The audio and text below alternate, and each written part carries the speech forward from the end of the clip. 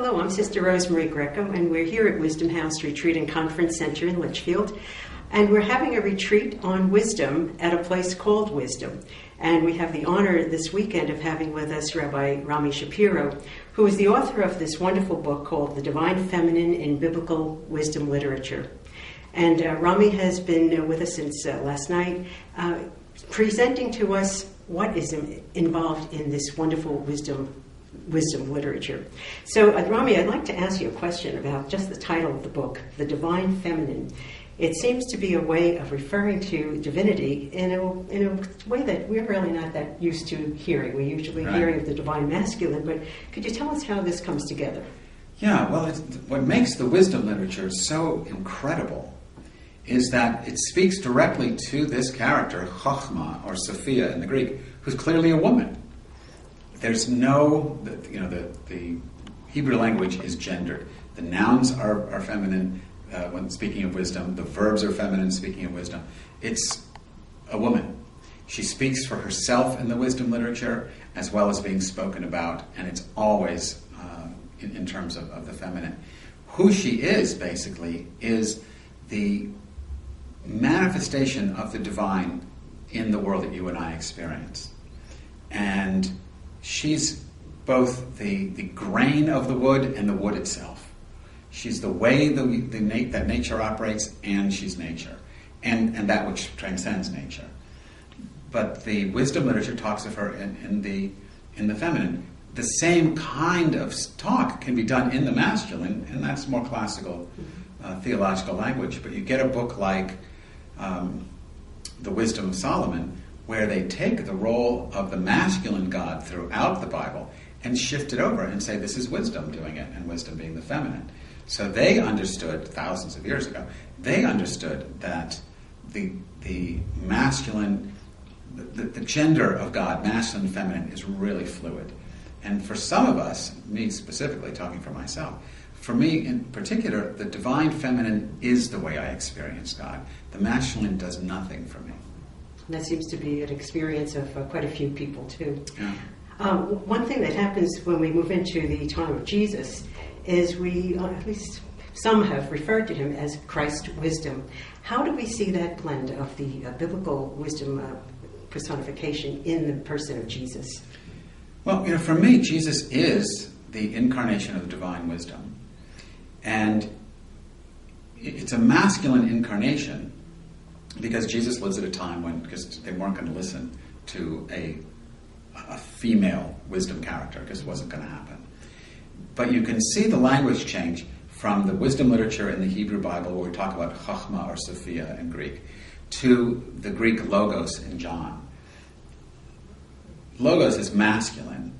Chochmah, Sophia is feminine.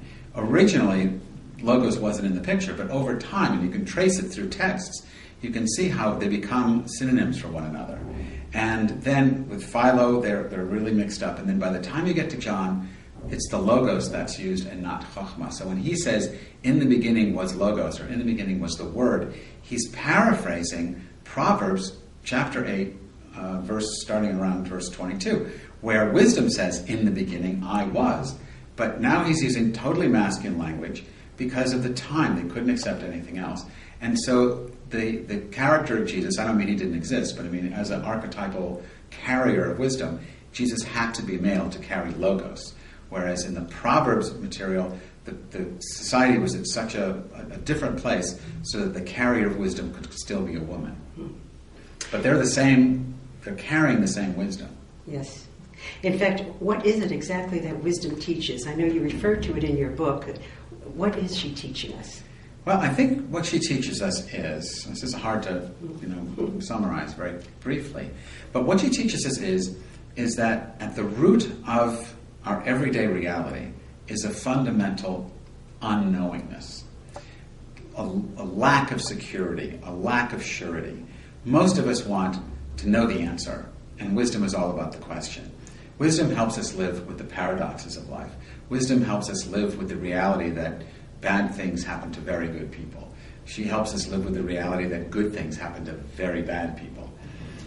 The wisdom books of the Hebrew Bible challenge that very neat if I do the right thing, God will reward me kind of mindset. Because we know that doesn't work. And people in ancient times knew it didn't work, and that's why we have the wisdom books. They wrote alternatives. They said, look, I see it with my own eyes. Good people suffer needlessly. There has to be a deeper truth, and she embodies that truth. It's hard to put in a positive frame. Well, she stands for X, Y, and Z. Though you could say justice, compassion, and humility. But when you do that, it's very limiting. I really think what she stands for is not knowing, insecurity, and the grace to live in the madness of that lack of certainty.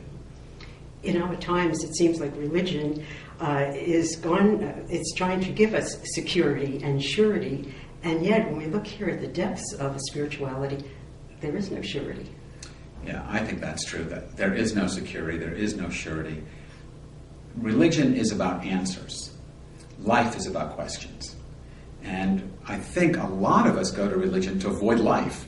You know, we say, okay, I'm going to do what my religion says, and everything's going to be all right. If not in this world, then in the world to come. But I don't think that's real deep living. And I think that living the question is much more powerful, but it's much more frightening, it's much more risky. My experience is that the divine feminine, that sense of God's presence, that I feel to be a feminine presence, a connecting presence, a presence of searing love, a love that just burns away all my ideologies and theological notions and all the silliness that I hold on to so I have some answers. She takes all that away and leaves me absolutely in a place of not knowing. Not a dark night of the soul. I mean, you go through that, I think. But not a dark night of the soul in that I know nothing, but I need to know something. It's a different state of grace where it's I know nothing because there's nothing to know. There isn't anything. It's just the wildness of our daily existence, lived with grace, humor, compassion, humility, justice, without any answers or reward. If I could just take one more second on that. You know, in the beginning of the book of Genesis, God creates the heaven and the earth, and it says the earth was unformed and void. In Hebrew, it says tohu vavohu, and it's hard to translate, but it's wild and chaotic and effervescent, and you can't find a firm place. It's just really bubbling over in absolute madness. And the interesting thing about Genesis for me is that God never kills the chaos. In other creation stories, the chaos is the monster or the dragon, and the hero comes and kills the dragon, and out of the carcass of the dragon they make men and women, and bringing order out of chaos. I don't think that's what Genesis tells us. Genesis says life is chaos.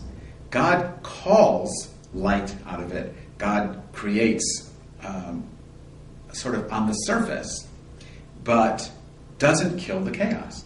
So there is a world that you and I occupy that seems to have some structure to it. But underneath, it's just wild. And when it breaks through, if we're focused on the structure and the answers, when the wildness breaks through, we're devastated. If we learn to live the wildness, which is where the mother is, then we can handle the order and the chaos with a sense of tranquility and compassion for ourselves and for one another. There's genius to this that I think is lacking in the conventional masculine language and traditions. And we can see that the divine feminine must walk with us on our way, and we must walk with her. Well, I thank you so much for being with us, and thank you for this retreat, and I think it will open up new roads to us in the future. Thank you.